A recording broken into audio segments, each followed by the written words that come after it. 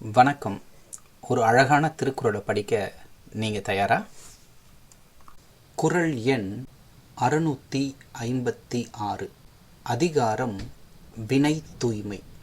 பால் பொருட்பால். ஈன்றாள் பசி காண்பான் ஆயினும் செய்யற்க சான்றோர் பழிக்கும் வினை. ஈன்றாள் பசி காண்பான் ஆயினும் செய்யற்க சான்றோர் பழிக்கும் வினை. பொருள்: பசியால் வாடுவது ரொம்ப வேதனைக்குரிய விஷயம்.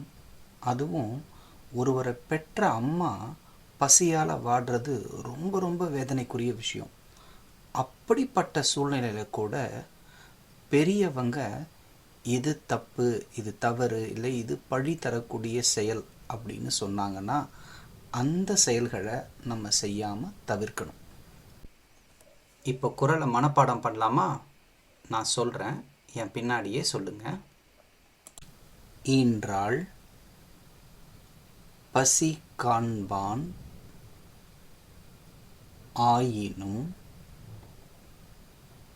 செய்யற்க சான்றோர் பழிக்கும் வினை. ஈன்றாள் பசி காண்பான் ஆயினும் செய்யற்க சான்றோர் பழிக்கும் வினை. இன்னும் கொஞ்சம் வேகமாக சொல்லலாமா?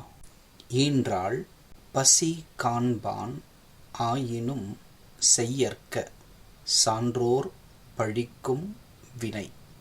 மீண்டும் மீண்டும் சொல்லி பாருங்க, சீக்கிரமாக மனப்பாடம் ஆயிடும். நன்றி, வணக்கம்.